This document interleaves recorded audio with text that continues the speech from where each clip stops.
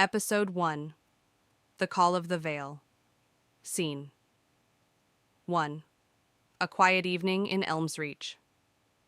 The episode opens with a sweeping aerial view of Elms Reach, a quaint village surrounded by dense woods and shrouded in perpetual mist.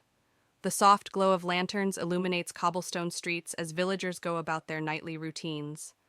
Children laugh as they chase fireflies, and merchants close up shop, exchanging quiet pleasantries.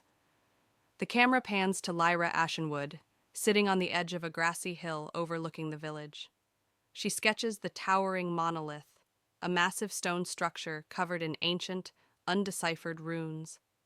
Her journal is filled with similar sketches, accompanied by scribbled notes and wild theories about its origin.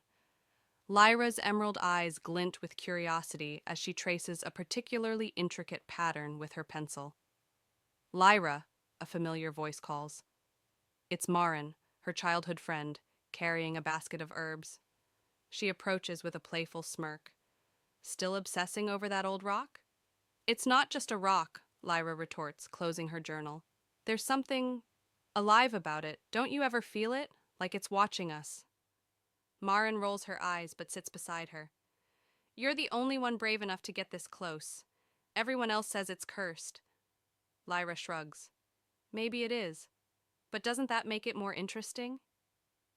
Their conversation is interrupted by a sudden gust of wind that rustles the leaves and extinguishes nearby lanterns.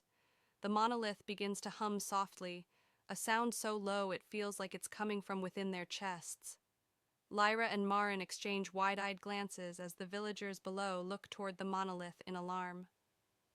Scene 2. The monolith awakens.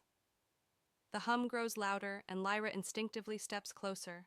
A faint light seeps through the cracks of the ancient stone. Marin grabs her arm. "Lyra, no, we should go back." But Lyra shakes her off, her gaze fixed on the monolith. "I can't. I need to see this." Villagers gather cautiously at the edge of the square, whispering among themselves. Elder Thalos, the village's storyteller and historian, emerges from the crowd, his cane tapping against the cobblestones. His weathered face pales as he sees the monolith glowing. "This hasn't happened in centuries," Thalos murmurs, his voice tinged with both awe and dread. "The veil—" "What veil?" Lyra asks, turning to him. Thalos doesn't answer, his attention fixed on the monolith. The glow intensifies, and a crack appears in its surface, spreading slowly. Light pours through the fissure, and a strange, melodic whisper fills the air. Suddenly, the light solidifies into a shimmering, humanoid figure, cloaked in shadow. The figure steps forward, holding a staff adorned with a glowing crystal. Its voice, neither male nor female, reverberates through the square. "Lyra Ashen," it intones. "The veil has chosen you." Scene 3. The Keeper's Revelation. The crowd gasps, stepping back in fear, but Lyra stands her ground. "Chosen me for what?" she demands, her voice steady despite her racing heart. "To mend what is broken," the figure replies. "The shattered veil threatens all realms. If it falls, the chaos beyond will consume your world and others." Thalos steps forward, his cane trembling in his hand. "It is as the old stories foretold," he says.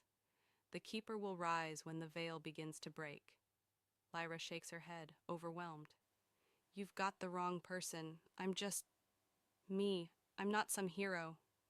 The figure's voice softens, almost comforting. "You are more than you know, Lyra. The veil chose you because you have the courage to face what others cannot." As the figure speaks, a strange warmth blooms in Lyra's chest. She looks down to see a glowing symbol, a circle intersected by jagged lines, appearing on her left palm. She instinctively clutches her hand, feeling an inexplicable connection to the figure and the monolith. "What do I have to do?" she asks finally, her voice barely above a whisper. Scene 4. The Call to Adventure. The figure raises its staff, and the light from the monolith intensifies, enveloping Lyra in a radiant glow. The world around her fades, and she finds herself in a vast, starry expanse. Floating islands, shimmering waterfalls, and swirling galaxies stretch endlessly around her. This is the veil, the figure explains. It is the barrier that separates realms. To mend it, you must retrieve the 4 fragments of the veil, scattered across distant lands. Each fragment is guarded by trials that will test your strength, wisdom, and heart. Lyra hesitates, the enormity of the task sinking in. And if I fail? Then the veil will shatter completely, the figure says gravely, and the realms will fall into chaos. The scene shifts back to the village square as the light dims. Lyra stumbles, disoriented, but the glowing symbol on her palm reassures her. The villagers look at her with a mixture of fear and reverence. Marin rushes to her side. Lyra, are you okay? Lyra nods, though her mind is a whirlwind of questions. She turns to Thalos. If this is real, then I need to know everything you do about the veil and these fragments.